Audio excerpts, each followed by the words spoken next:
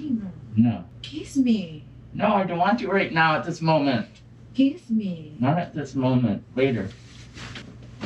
Deja vu, anyone? Yeah, we've seen this before, haven't we? Gino laying face down on the bed, refusing to give any form of affection to his wife, who's clearly begging for it, and she in return feeling rejected and getting angry. But, as it turns out, Gino and Jasmine aren't the only ones stuck in this cycle of history repeating itself. Bini and Ari are living that nightmare too. I came to tell the truth. You came for fix it, sir? I thought we would come and you would tell the truth. Life. So we have his life. I don't swear on my son's life, not like you. Yeah, for as bad as things have been between Ari and Bini, it seems like it's only gonna get worse from here. Now, before we get into their mess, let's kick off proceedings with Gino and Jasmine. So, the last we saw them, they actually had a pretty good day at the lake. And when we catch up with them in this episode, they're going out for a meal with the rest of the cast after their therapy session. And it seems like Gino is very keen to fall back on old ways. We're just sitting here. Yeah. No. You stay here. What? Listen to your wife. Now, as I'm sure you recall, it was only last night that Gino and Florian got absolutely wasted together. That ended up with Florian and Jasmine screaming at each other, Florian having to be held back by a group of other guys. So the prospect of Gino sitting anywhere near Florian, or heaven forbid having another drink with him, is something that Jasmine won't allow under any circumstances. But Gino isn't on the same page, and his eagerness to get to the boys, get to his friends, is something that Jasmine not only notices, but doesn't like. I'm starting to think that Gino is looking at this retreat as a vacation with the boys, and he's not taking care of the real issues for us. Do the two things really have to be separate, Jasmine? Can he not work on your relationship and have a bit of fun at the same time? After all the darkness of their marriage, maybe just letting loose a little is exactly what the doctor ordered. Now, clearly keen not to have another fight, Gino does as Jasmine has asked him to. He stays put. Perhaps that's proof that they are making some progress during therapy. But if that's the case, they're about to take a huge, giant step backwards when we join them the next day. You see, as Gino is taking a nap, Jasmine decides to head out to the pool. But before she leaves their room, she decides to take a moment and have a little cuddle with Gino. Again, considering where their relationship has been over the last few months, this display of affection is progress. Or at least it would be progress if Gino didn't act like this.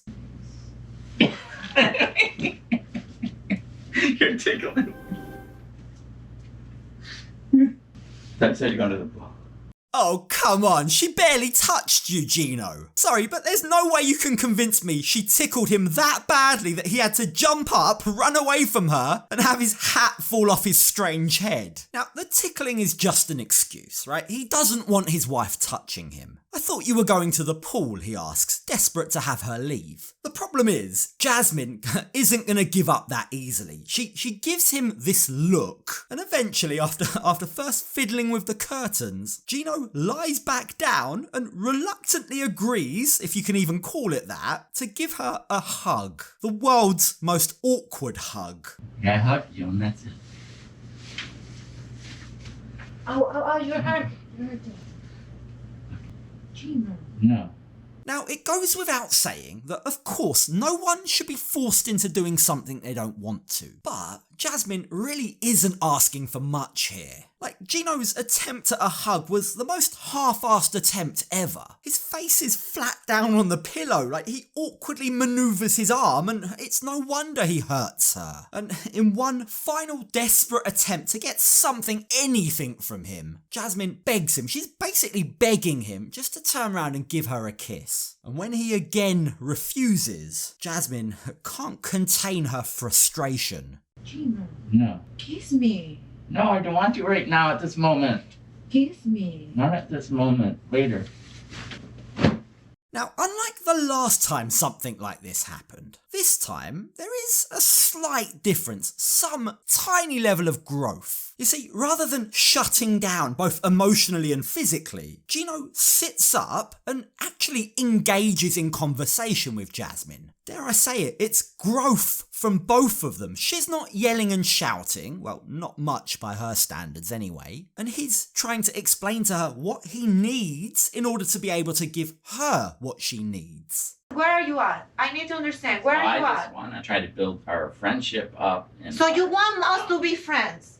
No, I want us to build a foundation. Now, he's not exactly friend-zoning her, but it's not a million miles away from that. Like, he says to her, I can't go any further until we rebuild our friendship. I'm gonna go at my own pace, he says. But, unfortunately, once again, they're on two very different pages. Gino's pace and Jasmine's pace are as different as a turtle and a hare. What about what I did? And I am going to go at my pace. I don't care about anything. I didn't I'm going to go ask at you. my pace because it's me that matters. Gino, I'll make the I decision. didn't ask you for sex. Gino might say it's me that matters, but when you're in a marriage, when you're in a relationship, it's not me, me, me. At least not if you want it to work. Yes, of course he needs to care for his own needs, no one's disputing that, but he does also need to cater to Jasmine's needs too. And the fact that they're at the stage where forget sex, forget a kiss, even a hug or a touch is too much to ask, well, it's really not a good look. It really doesn't bode well for their future. You are losing me too. You're losing me. Well, you already lost me. With each day that passes, unfortunately, the chances that this will just fix itself, even with the therapist's help, is getting less and less. Now, another couple that also have very little chance of making things work are Bini and Ari. It's safe to say that the resort has been tough for these two. Bini seems more interested in getting his passwords back than he does in fixing his relationship. And to his great relief, Ari has finally given them to him. Since this is so important to you to have these passwords, I want to give you this, and I wrote it down for you, and here it is. Okay. Yeah, Bini is now finally reunited with his all-so-important social media passwords. It's the thing that he's been most focused on this entire retreat. Ari tells us, right, that the only reason she's done this is because he refuses to do therapy with her until he got them back. So, in the fight for control that these two have going on, this round, it seems, has been won by Bini. Of course, I'm happy. Now I feel like she's respect me. I feel like she's move on. And then I feel like she will be maybe excited for fix the situation. No. Doing something under duress doesn't equate to respect. Now, there is a little bit more affection between them as they're driving in the car to the restaurant. But even with that being the case, the problem is Ari and Bini both seem to have very different opinions about what's now gonna happen now that he has his passwords back. I'm hoping that he can stop using it as a roadblock. I want to give him a real chance to come clean about this infidelity. Bini now wants to look to the future, forget everything and move forward, whereas Ari wants to resolve the issues from the past. Yeah, they're both looking in different directions. What could possibly go wrong? Well, as it turns out, a lot could go wrong. You see, when they move away from the group to have a private conversation, Ari says to Bini that she wants him to open up and reveal the truth. But, as ever, Ari has a very particular way of delivering that message. She comes in very hot from the get-go. I opened my whole heart to you. And the thing is that in exchange for everything I've done for you, you've betrayed me again and again. Okay, that is not a great start to a conversation. It feels like she's attacking him. I get that she's hurt, but this isn't the way to get him to open up. Now, Ari adopts a very interesting approach. Whereas you might expect her to ask and want to know about the current infidelity, instead, she takes it way back to the past. Back to the girl that Bini was seeing while Ari was pregnant. You'd have really hoped that they would have addressed that issue by now. It's been years. But clearly they haven't. It's been festering away all this time. It's not really about the timeline or who it was with. It's more just about if he doesn't acknowledge the past mistakes, then we can't move on until we fix it. Ari's suspicion is that this girl has remained in Bini's life. She wants Bini to hold his hands up and admit that, and Bini asks for the opportunity to speak without being interrupted. Yes, he says, I have spoken to her after me and you got together, but only because I felt bad about cheating on her with you. She was depressed and I was worried about her, he says. Now, he's adamant that nothing sexual happened, it was just a conversation. But Ari doesn't want to hear it. She can't help herself. She begins interrupting, doing the one thing he asked her not to. And the only thing that achieves is a lot of frustration. No answers, but a lot of anger. I came to tell the truth. You came for fix it, sir? I thought we would come and you would tell the truth. Life. So we're out of his life. I don't swear on my son's life, not like you.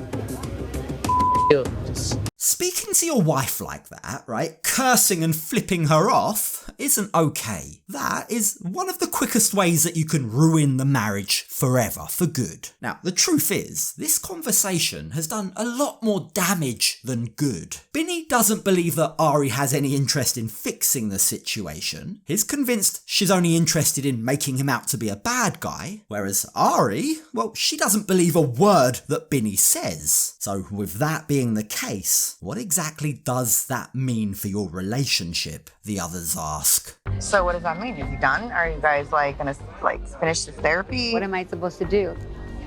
How can we move forward if he won't tell the truth? I'd be shocked if these two even make it to the end of the retreat, let alone making their marriage work. Both of them are very stubborn.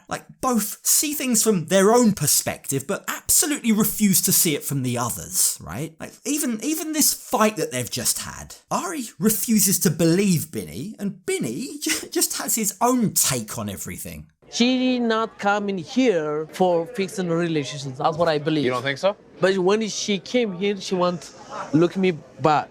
If they can't even trust each other's intentions, how are they going to rebuild trust in the relationship? I just don't see any way forward here. And the worrying thing is, if history is going to repeat itself as far as Bini's concerned, the person who's going to suffer the most from all of this is their son, their poor innocent little boy, Avi. We are the best son.